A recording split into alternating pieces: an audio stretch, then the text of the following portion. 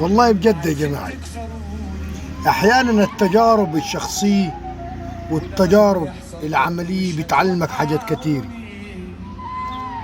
بتتعلم مين معاك أو مين عليك، أو بمعنى أصح بتكتشف إنه مين بيحبك، أو مين عاوزك تبقى مبسوط، أو مين عاوزك تبقى فاشل، أو مين عاوز يوقعك الأرض.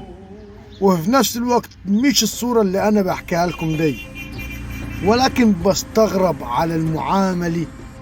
بتكون معاملة إنك أنت بتقدم الأفضل والأحسن، بيترد لك الإسائي، بيترد لك إنك أنت ما عملتش حاجة وحشة مع غيرك، قوم هو غيرك بيرد لك الإسائي.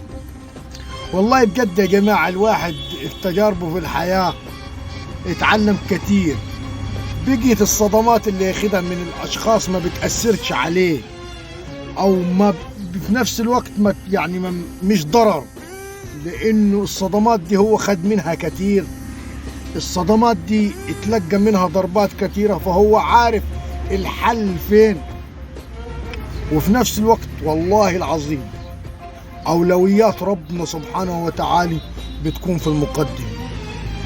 أولويات ربنا بتكون هي السبب الرئيسي، إنه كل مشاكلك وكل عقدك وكل شيء جايلك من صعب ربنا بيقدمه لك السهل كتير. يعني يمكن أنا عاوز أحكي قصة، والقصة دي يعني يمكن الناس تفهمها بالغلط، أو بتفهم الناس موجه عليها بالغلط، ولكن هي الظروف اتحطت كده.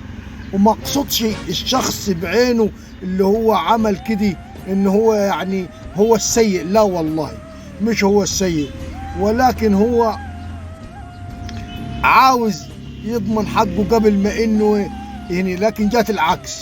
يعني من ضمن النهارده كانت معايا عربية، وفي ناس يعني هي اللي بتشحن العربية دي.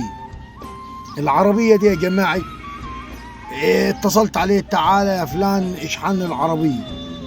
قال لي عاوز لي فلوس. قلت له يا عمي تعالى وخذ لي فلوس من المغرب. قال لا انا ما اشحنش، انا اخذ لي فلوس مقدم. طيب يا عمي تاخذ لي فلوس المقدم ازاي؟ اشحن العربية الاول وتعالى خذ. قال لي لا. قلت له يا عمي تعالى خذ لي فلوس، ما فيش مشكلة، تعالى يا عمي خذ لي فلوس.